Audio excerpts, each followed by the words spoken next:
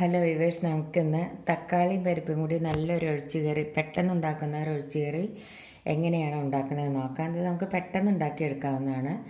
അപ്പോൾ അതിന് വേണ്ട ഇൻഗ്രീഡിയൻസ് എന്തെല്ലാമാണെന്ന് വെച്ചാൽ, തൂരപ്പരിപ്പ് ഒരു 2-3 കൈപ്പിടി പരിപ്പ് ഇങ്ങനെ എടുത്തിട്ടുണ്ട്, തൂരപ്പരിപ്പ്. പിന്നെ അതിലേക്ക് ഒരു തക്കാളി വേണം, പിന്നെ സവോള ഒരെണ്ണം വേണം, പിന്നെ പുളി ചെറിയ കുറച്ച് മാത്രം, വേണ്ടില്ലേ, കുറച്ച് മാത്രമേ പുളി എടുത്തുള്ളൂ. ഒരു നെല്ലിക്ക വലുപ്പത്തിൽ കൂടി വേണ്ട, കുറച്ച് മാത്രം പുളി, വാളംപുളി വേണം. പിന്നെ മുളക് പൊടി നമ്മുടെ എരിവിനനുസരിച്ച് 1 സ്പൂൺ എടുത്തിട്ടുണ്ട്, ഉപ്പ് ആവശ്യത്തിന്, മഞ്ഞൾപ്പൊടി ഒരു 1/4 സ്പൂണ്, ഒരു പച്ചമുളക്. പിന്നെ അതിലേക്ക് കടുക് വറുക്കാനായി കടുക് വേണം 1 സ്പൂണ്, പിന്നെ വറ്റൽമുളക് വേണം, പിന്നെ കരിവേപ്പിൻ്റെ ഇലയും കുറച്ച് വേണം. ഇത്ര സാധനങ്ങൾ വേണ്ടുള്ളൂ. ഇത് നമുക്ക് പെട്ടെന്ന് ഉണ്ടാക്കിയെടുക്കാവുന്ന ഒരു കറിയാണ്. അപ്പോൾ നമ്മൾ എവിടേക്കും പോവുകയാണെങ്കിൽ പെട്ടെന്ന് എന്തെങ്കിലും ഉണ്ടാക്കണമെങ്കിൽ പെട്ടെന്ന് ഉണ്ടാക്കിയെടുക്കുക. പിന്നെ കുറച്ച് വെളിച്ചെണ്ണ കൂടി വേണം കേട്ടോ. ഇനി നമുക്കത് എങ്ങനെയാണ് ഉണ്ടാക്കുന്നത് നോക്കാം. ആദ്യം നമുക്കൊരു കുക്കർ അടുപ്പത്തേക്ക്, കുക്കറിലേക്ക് കുറച്ച് ഒരു ഗ്ലാസ് വെള്ളം ഒഴിച്ച് കൊടുക്കാം. അതിലേക്ക് നമുക്ക് ഈ തൂരപ്പരിപ്പ് ഇട്ട് കൊടുക്കാം.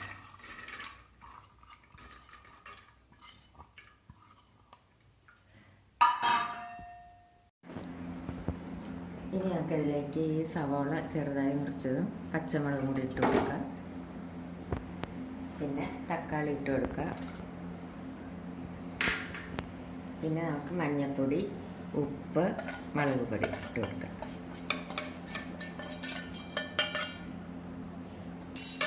ഒന്ന് നമുക്കിങ്ങനെ ഇളക്കി കൊടുക്കാം. അതിലേക്ക് കുറച്ച് വെളിച്ചെണ്ണ ഒഴിച്ച് കൊടുക്കാം, കാരണം അങ്ങനെ തിളച്ച് പോവാതിരിക്കാനായിട്ട്.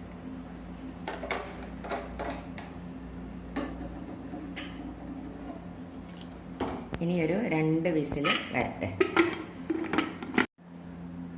2 വിസിൽ വന്ന് നമുക്കിനി ഇതൊന്ന് തുറന്ന് നോക്കാം.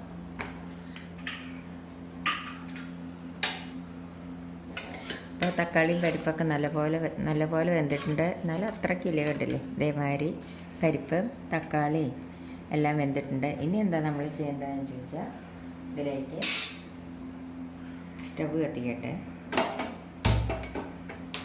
ഇതിലേക്ക് ഈ വാളംപുളി പിഴിഞ്ഞത് ഒഴിച്ചു കൊടുക്കുക.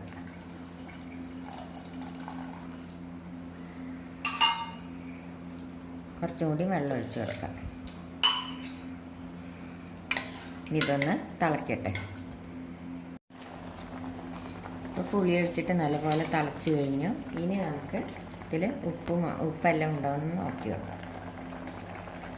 കുറച്ച് ഉപ്പ് വേണമല്ല, കുറച്ച് ഉപ്പിട്ട് കൊടുക്കാം.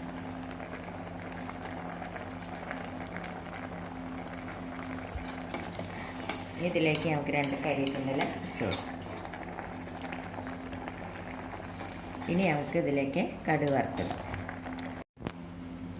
തവ അടുപ്പത്ത് വെച്ച് അതിലേക്ക് കുറച്ച് വെളിച്ചെണ്ണ ഒഴിച്ച് കൊടുക്കാം. ഇനി അതിലേക്ക് നമുക്ക് കടുകും വറ്റൽമുളകും ഇട്ട് കൊടുക്കാം.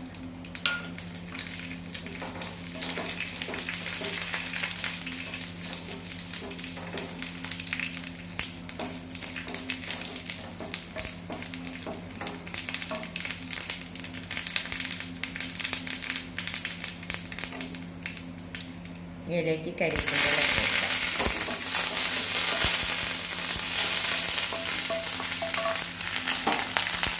നമുക്കിതിലേക്ക് ഇടാം.